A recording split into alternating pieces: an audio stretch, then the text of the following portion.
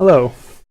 The back in time glitch and the character swap glitch have very different effects, but they are very similar in execution, so I'm gonna explain them in one video.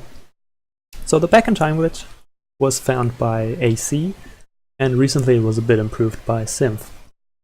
And what it does is it lets you teleport one save file to the location of a different save file. So what I can achieve is get this level 4 layer into metaspace, for example. Nothing else gonna change, just its position. So there's one thing you need to make sure before anything. The traveling save file that you want to teleport needs to be in the continue slot. So if, for example, it's the last one you've used, it's going to be in a continue slot because you might have saved the last time or the last autosave or whatever. But if it's not the last thing you've used, so if we've played on this one, we've just finished the game, we've just made it to metaspace, and the next thing we think is let's teleport this. We need to first of all go into this one, right? Into this traveling save file. So now that we've loaded it up, it's in a continue slot. What I want to do is store a save prompt here. Just yes and no, enter and backspace on the keyboard, A and B on the Xbox controller. Then we go out. Hit load game, and now we choose the destination. So the destination here is metaspace for us. We're gonna glitch the load menu the same way we glitched the save menu. So that's X and circle on the PlayStation controller. We get this load prompt, we say yes to it. Nothing's gonna happen, but now we hit continue, and that's why we got the previous file into the continue slot. So it's gonna load the traveling file, and here we want to go into this menu. So that's tab on the keyboard, it's share on the PlayStation controller. And when you press the button again to get out of the menu, you're gonna see it's gonna fade into black. And during the fade, we wanna start spamming OK, because during the moment that it's completely black, we need to accept the save prompt. So that should have worked. We can go out again. Check out the created save file. It's not gonna look like anything. Okay, only in time change because we spent 30 seconds there standing around. However, if we load it up, there we go, the level 4 layer in metaspace. So that is the better method, but there is another method that has its own use.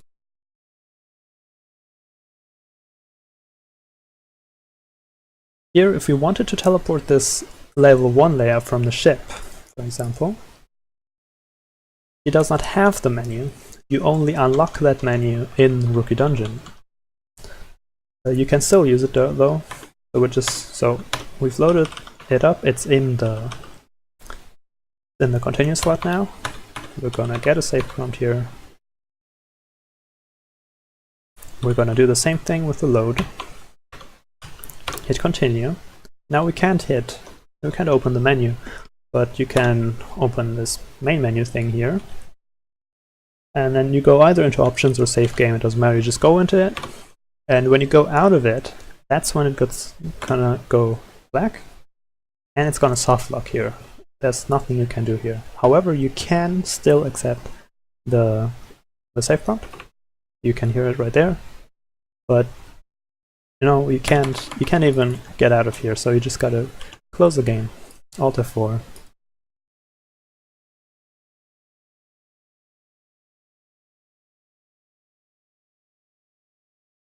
And the created file, again, it doesn't look like anything, but when you open it, it's layer level 1 in metaspace. She doesn't even have a GUI here.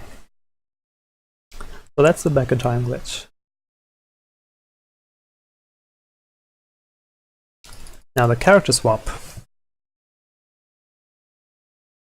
The character swap allows you to take any save file and just replace Leia with Shizuka.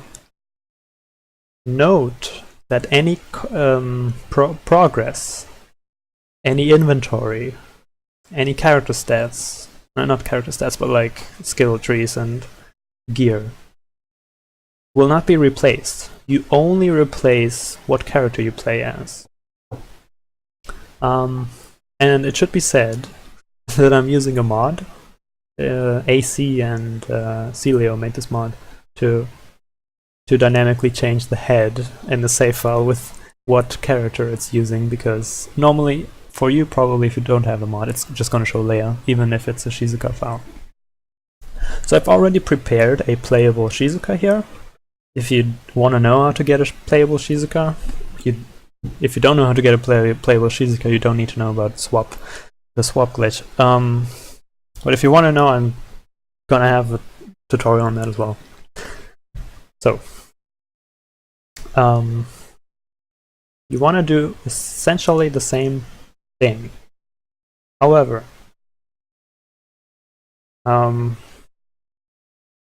the load between the traveling file and the destination file, so when it fades to black and loads the second file, you need to make sure that it's a long load. A long load means that after the black screen, it has the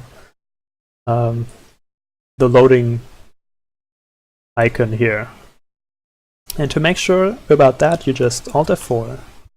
You clear the cache of the game, because whenever the map or something in the destination file is not currently in a cache, it's gonna do a long load. So we just cleared the cache, everything's fine. Now we're gonna go into the traveling file.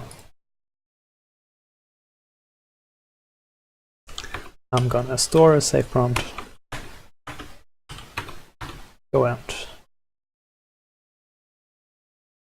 And let's use this one. So that's a level 23 layout with 2 party members and 2 elements. So we do the same thing as with a bit. But now, so it's gonna turn black. And you don't wanna immediately start spamming. You don't wanna save during the black screen, because that would be a bit. You wanna wait for the loading icon, and that's when you wanna save. So that seemed good. There you go, a 23 Shizuka with 2 party members and 2 elements, and I just used this. Okay. You can also do it the other way around. So if you're tired of using Shizuka, close the game, load any Leia save, and do the same thing on top of this file. So you can swap back and forth as you please. So one more thing I wanted to mention. So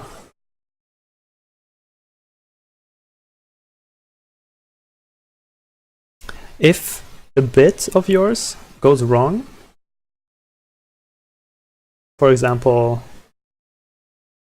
the created file is the destination file, even though, so the created file is the same as the destination file, even though you felt as though you saved at the right moment or something. Maybe you just had a long load and you saved during the save icon. So yeah, make sure to pay attention to that. That's about all I have to say.